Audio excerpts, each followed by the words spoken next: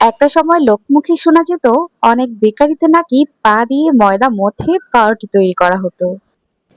সেই কথা শুনে কত মানুষ যে বেকারির পাউরুটি খেতে ভয় পেত তার হিসাব নেই। কিন্তু আজ আর সেই দিন নেই। আজ আমি দেখাবো কিভাবে ঘরেই বেকারি স্টাইলের নরম তুলতুলে সুতি কাপড়ের মতো টেক্সচারের পাউরুটি তৈরি করবেন, একদম পরিষ্কার পরিচ্ছন্ন ভাবে। তাছাড়াও একটা বিষয় খেয়াল করেছি, অনেকেই পাউরুটি ট্রাই করতে ভয় পাচ্ছেন, কারণ ভাবছেন আপনাদের জিনিসগুলো নষ্ট হবে। একবার এই রেসিপি শিখে গেলে বাজারের পাউরুটি কিনতে ইচ্ছাই করবে না। তাহলে চলুন শুরু করা যাক। প্রথমে আমি পাউরুটির প্রধান যে সিক্রেট উপকরণ সেটা দিয়ে নিচ্ছি। এটা ট্যাংজং এর খামির। ১০০ মিলি পানির সাথে ২০ গ্রাম ময়দা আমি এভাবে করে কাই করে নিচ্ছি আর কি। তো এই কাইটাই আমি আজকে ব্যবহার করব। এই কাইটা আজকে না, আমি সকল প্রকার পাউরুটির ডোতে আমি এই কাইটা ব্যবহার করি। এখানে একটা মিক্সিং বোলের মধ্যে আমি প্রথমে তরল দুধটা নিয়ে নিচ্ছি। এখানে ১৭০ মিলি আমি দুধ দিয়ে দিয়েছি। ইস্ট দিয়েছি ৫ গ্রাম, গুঁড়া দুধ দিয়েছি ২০ গ্রাম, ৫ গ্রাম দিয়েছি ভ্যানিলা পাউডার, আর এখানে ৫০ গ্রাম দিয়ে দিচ্ছি চিনি, একটা ডিম দিয়ে দিচ্ছি ৫০ গ্রামের মতো হবে। আর যে কাইটা একটু আগে রেডি করেছিলাম এটা ঠান্ডা, আর দুধটাও কিন্তু ঠান্ডাই দিয়েছি আমি। আমি এখানে অ্যাক্টিভ ইস্ট ব্যবহার করছি, তাই ঠান্ডা দিলে কোনো সমস্যা হবে না। তবে আপনারা যদি পুরনো যে ইস্ট গুলা হয়, মানে একটু বেশি দিন হয়ে গেছে, সেই ইস্ট গুলা যদি ব্যবহার করেন সেক্ষেত্রে আপনাদের গরম পানি দিতে হবে। তো সবগুলো উপকরণ আমি ভালো করে একটু মিশিয়ে নিয়েছি। এখন আমি শুকনো উপকরণ মানে ময়দাটা দিয়ে দিচ্ছি। ময়দাটা আমি একসাথে দেবো না, অল্প অল্প করে দেবো আর অল্প অল্প করে মেশাবো। এখানে ৪৫০ গ্রাম ময়দা আছে। আপনাদের সুবিধার জন্য আমি কাপের মাপটাও লিখে দেব কমেন্ট বক্সে। তো ময়দাটা আমি অল্প অল্প করে দিচ্ছি আর এভাবে করে আমি অল্প অল্প করে মাখিয়ে নিচ্ছি। এতে করে এটা যেমন মসৃণ হবে, মানে অনেক ভালো একটা ডো তৈরি হবে। তো এভাবে করেই কিন্তু আমি দিয়েছি। আর লবণ, আমি ৪ গ্রাম লবণ দিয়েছি, আপনারা আপনাদের স্বাদ অনুযায়ী দেবেন। তো অনেকেই জিজ্ঞেস করেছেন এই লবণটা কেন সবার শেষে দেওয়া।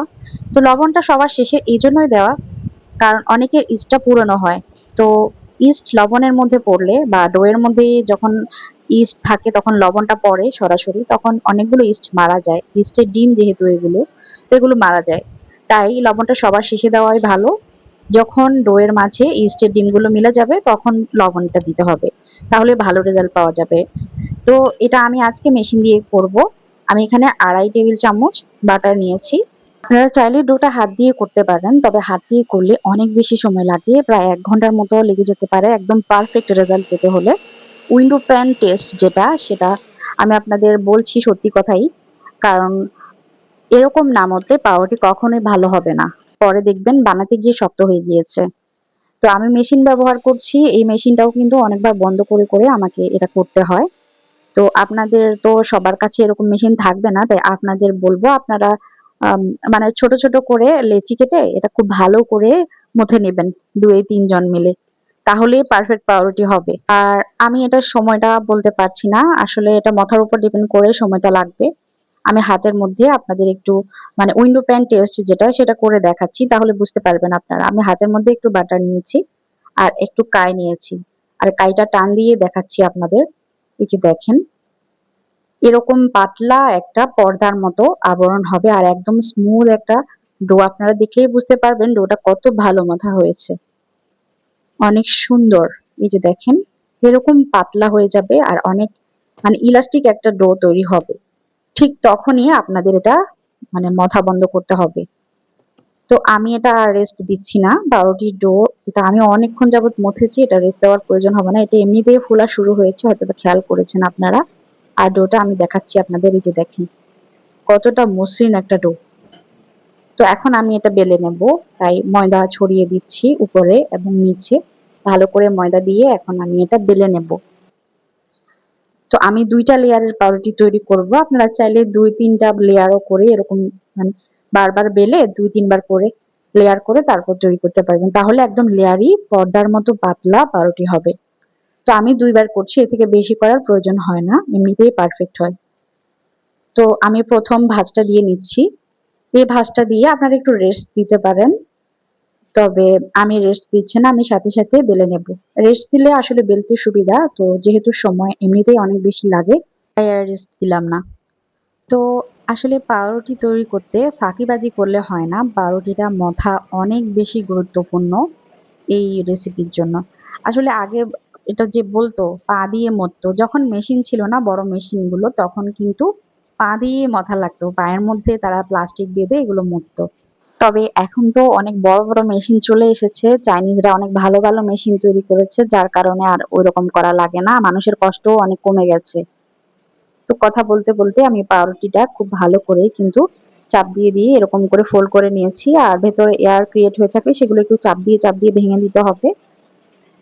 একদম এরকম করে এটা ফোল্ড করতে হবে যাতে ভেতরে কোনো ফাঁকা না থাকে। আমি এখানে সেই 10 ইঞ্চির মোল্ডটাই নিয়ে নিয়েছি। তো এটার মধ্যে কিন্তু আমি ব্রাশ করেছি বাটার আগে থেকেই। তো এই ৩ টা ডোই কিন্তু আমার হয়ে গেছে, আর বাকি একটা হচ্ছিল না। এটা যদি আমি দিতে যাই জোর করে তাহলে দেখা যাবে পরে আমার যখন ঢাকনা বন্ধ করব বেক করতে দেব তখন ঢাকনার ফাঁক দিয়ে ব্যাটার বের হয়ে যাবে। তাই এটা আমি আরেকটা মোল্ডে বেক করব। আর এটা ফার্মেন্টেশন এর জন্য আমি এখন রেখে দিচ্ছি। এটা ২০ থেকে ২৫ মিনিটের মধ্যেই কিন্তু ফুলে যায়। তো এটা আমি রেস্ট দিচ্ছি যতক্ষণ পর্যন্ত না এর ৮০% ভরে যায়। তো এই ব্যাটারটা দেখেন অল্প একটু দিয়েছি, এটা ফুলে কতটুকু হয়ে গেছে। আসলে মথার উপর ডিপেন্ড করে কিন্তু আপনাদের ব্যাটারটা ফুলবে, অনেক বেশি ফুলবে। যত বেশি মথবেন তত বেশি ফুলবে। আর ফুললেই পাউরুটি পারফেক্ট হবে। আর এই যে দেখেন এটাও কিন্তু আজকে প্রায় ভরে আছে একদম। এটা এরকম ভরা উচিত হয়নি। আমার আরো আগে এটা ওভেনে দিয়ে দেওয়ার প্রয়োজন ছিল। তো যেহেতু হয়ে গেছে কিছু করার নেই।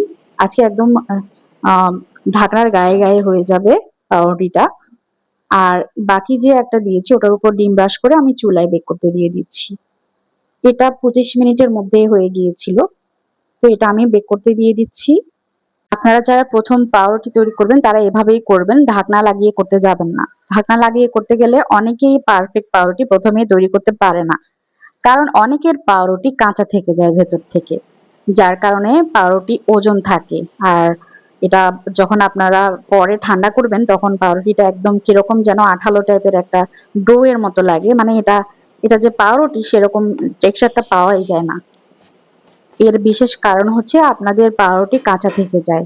আপনারা ভালো করে পাউরুটিটা বেক করেন না। আমার ইলেকট্রিক ওভেনটা পুরনো। আর এটার মধ্যে একটু তাপও বেশি লাগে এবং সময়ও বেশি লাগে। তাই আমার এটা ১ ঘন্টা থেকে বেশি লেগেছিল আজকে বেক করতে। আমি ২০০°C এটা ১.৫ ঘন্টা পর্যন্ত বেক করেছি। আর দেখেন কতটা পারফেক্ট হয়েছে পাউরুটি। আর এই পাউরুটিটা ১ম এ ঢাকনা থেকে খুলতে পারবেন না। ৫ মিনিট অপেক্ষা করবেন। আর ৫ মিনিট অপেক্ষার সাথে সাথেই চেষ্টা করবেন যে এটা খুলে ফেলতে। নয়তো আ এ পাউরুটির ভেতরে যে এটা বাষ্প থাকে, বাষ্পগুলো বের হয়ে পাউরুটিটা ভিজে যাবে উপরে। তখন আবার এটাকে কিরকম যেন হয়ে যাবে। তাই ৫ মিনিটের পরই এটা চেষ্টা করবেন খুলে ফেলতে। আর পাউরুটি হয়েছে কিনা সেটা কিভাবে বুঝবেন? এটা দেখলেই বুঝতে পারবেন। মানে পাউরুটিটা হাতে নিলে বুঝতে পারবেন এটার কোনো ওজনই নেই। যখন এটা ভালোভাবে বেক হবে না, এরকম চাপ দিয়ে দেখবেন মাঝখানে। যদি দেখেন যে এটা মানে এরকম চাপ দেওয়ার পর ভেতরে বসে গেছে, তখন বুঝবেন যে এটা মানে কাঁচা রয়ে গেছে ভেতরে। ভালোভাবে বেক হয়নি। এটা আমি কিন্তু সকালে আপনাদের সাথে শেয়ার করছি। আমি রাতে পাউরুটিটা মোল্ড থেকে বের করে ৫ মিনিট পরই বের করে নিয়েছিলাম এবং একটা র‍্যাকের উপর রেখে দিয়েছিলাম ঠান্ডা হওয়ার জন্য। এরপর আবার মোল্ডটা পরিষ্কার করে আমি মোল্ডে ভরে রেখেছিলাম। এখন আপনাদের সাথে আমি সকালবেলা আপনারা লাইট দেখে বুঝতে পারছেন লাইটের আলো, এটা কিন্তু দিনের আলো। তো খুব সুন্দর কিন্তু দেখা যাচ্ছে যে পারফেক্ট হয়েছে। সকালের এটা সারারাত রেস্ট পেয়েছে আর সকালে দেখেন এটা কত নরম। তো বুঝতেই পারছেন পাউরুটি যদি ভালোভাবে তৈরি করতে পারেন অবশ্যই পারফেক্ট হবে। কেন হবে না? ১-২ টা ১ম এ তৈরি করে দেখুন। দেখবেন যে আস্তে আস্তে নিজের একটা অভিজ্ঞতা হয়ে গেছে। পাউরুটি অবশ্যই তৈরি করতে পারবেন। আমি নিজে যেটা তৈরি করতে পারি না, আমি সেটা কাউকে দেখাইও না। আর কোনো কিছু গোপনও করি না। এই যে দেখেন আমি রাতে যখন চুলার মধ্যে পাউরুটি তৈরি করছিলাম, তখন এটা একটু বেশি বেক হয়ে গিয়েছিল। আমি চুলায় করলে এমনই হয়। আমি মানে চুলায় করলে আমার খেয়াল থাকে না চুলার ব্যাপারটা।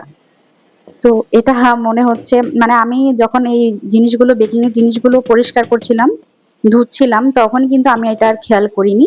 এটা কিন্তু অনেক বেশি ওভার বেক হয়ে গেছে। এই যে দেখেন, ওভার বেক হলে কি হবে? এটা খেতে আরো বেশি মজা হয়েছিল। পোড়া পাউরুটি খেতে ভীষণ মজা লাগে। এটা আমার মনে হচ্ছে আরো বেশি পারফেক্ট হয়েছে। দেখেন, চাপ দিলেই উপরে উঠে আসছে। যদি এটা কাঁচা থাকতো, চাপ দিতেন, এটা নিচেই বসে থাকতো, উপরে উঠতো না।